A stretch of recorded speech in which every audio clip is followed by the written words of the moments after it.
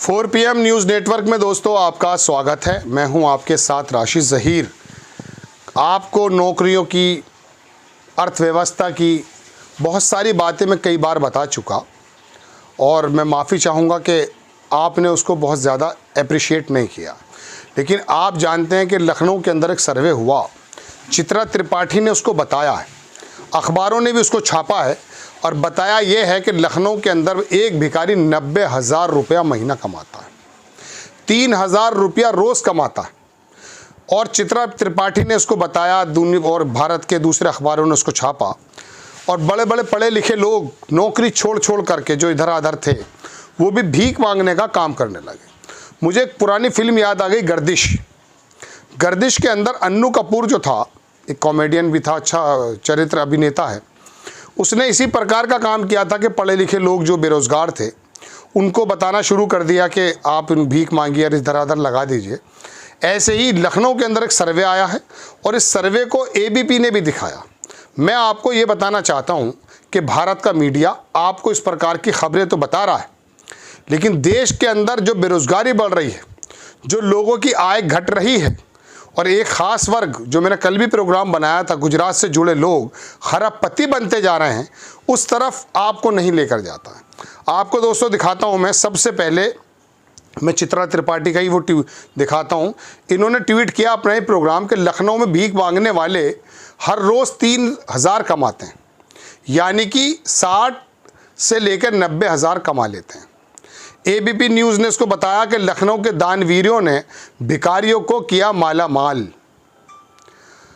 आगे लिखते हैं कि देखे जनहित में चित्रा त्रिपाठी के साथ। इसका जो इन्होंने थंबनेल बनाया है, इसे मैं पूरी स्क्रीन पर लगाकर आपको दिखाना चाहता हूं दोस्तों। जनहित में, यानी कि आप लोग भी जनहित की बात कर रही हैं, तो आप लोगों के लिए भी एक अपॉर्चुनिटीज़ है, मेरे लिए भी अपॉर्चुनिटीज़ है कि अगर 3,000 रुपये रोज़ कमाना चाहते हैं तो बहरहाल इन्होंने कहा कि लखनऊ के भिखारियों की नवाबी, लखनऊ के नवाब भिखारी एक दिन में 3,000, एक महीना में 90,000। नीचे लिखा है लखनऊ में प्रशासन ने कराया सर्वे।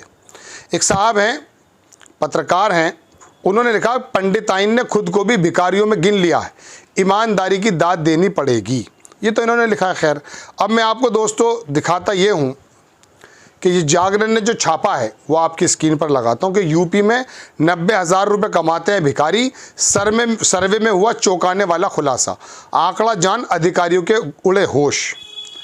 इसमें लिखते ये हैं कि चौराहों और मंदिरों के पास भिक्षावृत्ति में लगे भिखारी महीने में 90,000 और साल में करीब 11 लाख रुपये कमाते हैं।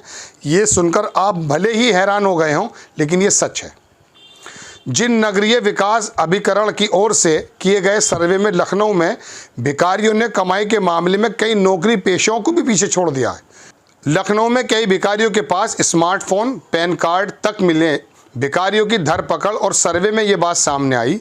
सर्वे के दौरान 5,300 भिखारी, 5,312, ये तो चुनाव का भी सर्वे ना, उससे भी ज़्यादा वाला सैंपल है।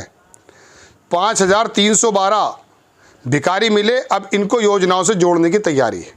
लखनऊ में लगातार बढ़ रही है भिखारियों की संख्या। अरे भाई, ये बता दीजिए, भिखारियों की संख्या तो बढ़ रही है, क्या बेरोजगारी की भी संख्या बढ़ रही है या नहीं?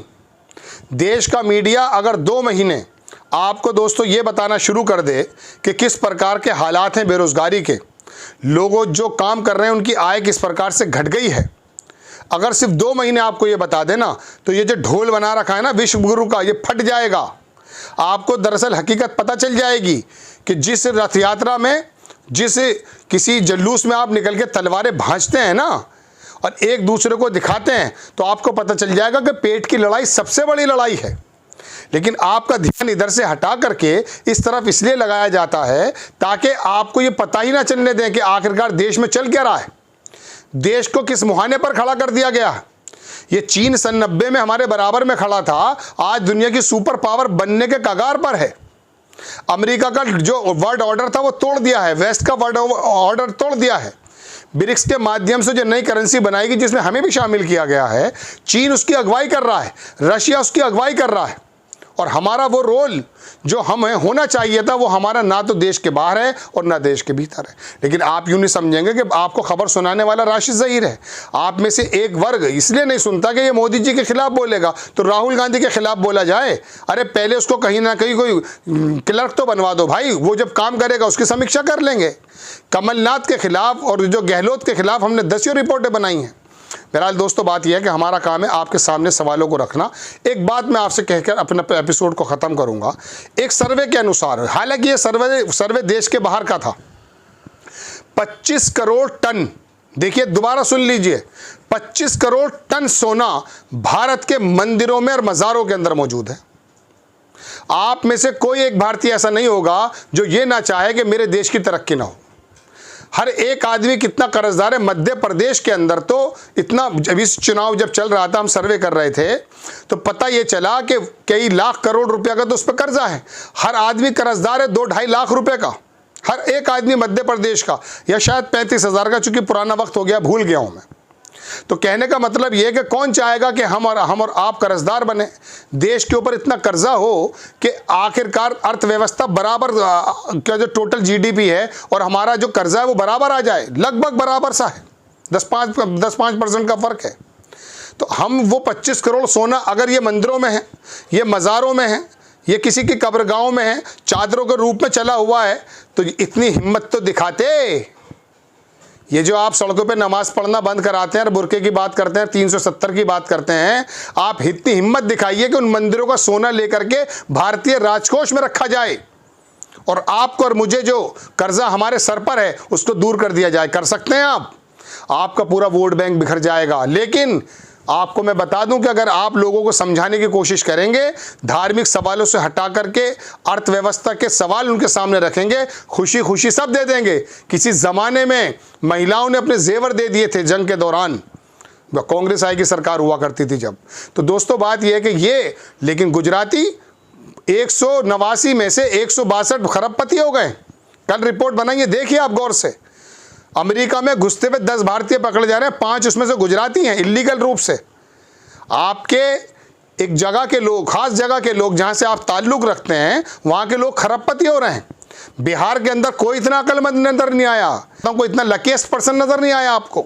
उत्तर प्रदेश में कोई ऐसा भाग्यवान नजर नहीं आया आपको, वो यहाँ पर जो है खरबपति हो जाए। सारे खरबपति गुजरात में होंगे। महाराष्ट्र तो राजधानी है वाणिज्य, वहीं पर हो जाते, लेकिन नहीं। दोस्तों बात यह है कि ये भिखारियों की बात करने नहीं आया हूं, मैं बताने यह आया हूं आपको कि हमारे यहां बेरोजगारी के हालात भी यही हैं। चपरासी की जब नौकरी निकली है, रवीश कुमार का 1 साल पुराना का प्रोग्राम उठाकर देखिए, वहां पर पीएचडी आदमी जो है वो अप्लाई कर रहा है।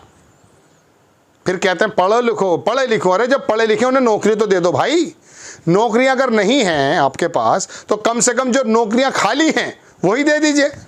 तेजस्वी यादव ने बिहार में देके दिखाई थी ना, नौकरियां खाली पद थे, चूंकि तनख्वाह नहीं देना चाहते, पेपर को लीक करा देंगे ताकि अगले साल फिर प्रक्रिया आ जाए, वो वहीं अटक जाए। चूंकि नया बैच तैयार हो जाएगा, डिग्री हाथ में ले लेगा, नौकरी पास कर लेगा, नौकरी मांगेगा करने। मगर ये आपको कहाँ मालूम है? आपको तो ये मालूम है कि इलेक्शन लड़ने वाला अगर दाढ़ी वाला है इसको हटाना है, कांग्रेस का इसको हटाना है, भारतीय राम राज्य लेकर आना है। राम राज्य ले आइए। मैं सारी विशेषताएं आपको राम राज्य की बता रहा हूँ जहाँ समानता नहीं थी भाई। लेकिन ये लोग आपको बताते हैं, बरगलाते हैं।